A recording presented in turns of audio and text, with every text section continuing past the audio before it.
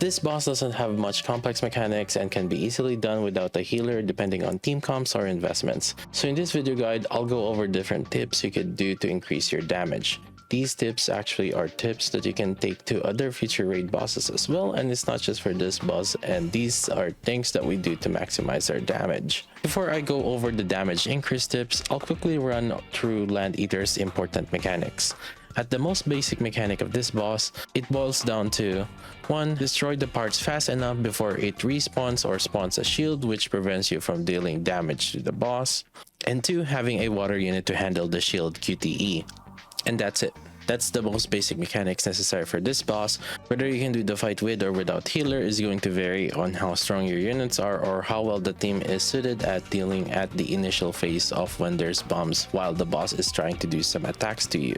For example, some units have AoE burst clearing like Mari that could help with dealing the phase 1 bombs. So let's take a look at different ways to increase your damage for this boss. First, this boss is actually one of the bosses where you can actually take advantage of attacking at specific points of the boss in order to get additional damage. There is range bonus in Nikke, but it's not very apparent. When your cursor has a blue highlight, that actually means you're doing bonus range damage on the boss.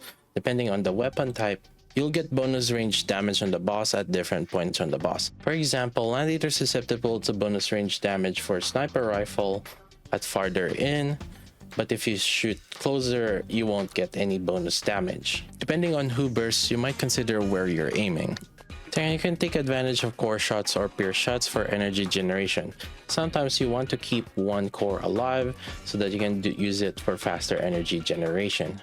Those extra few seconds matter as they do add up over the duration of 3 minutes and would help increase your damage as you can do more bursts over time. During phase 2 QTEs, make sure to do them as fast as possible so you can push the timeline into phase 3 as soon as possible.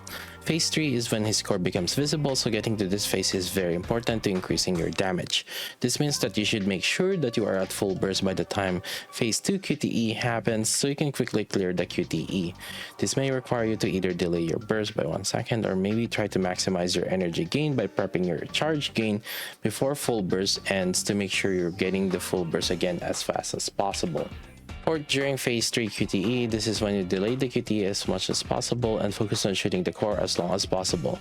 At the very last second of the QTE with 10 seconds left, you should be able to just ignore that and take the full duration on hitting the core. Regarding the teams, I have updated the raid spreadsheet with different teams for now, and I'll be honest with you, there's no one best team that will work for all accounts, so the legwork will be on you to test the different combinations, see which works best. These teams are set up with as much offensive as possible that didn't have a healer, but if you need a healer, it's pretty simple as substituting any that fits the bill for you. But here's some quick guide for this boss. As usual, I'll update the guide sheet as I find more things. That's about it for now. I'll see you guys next time.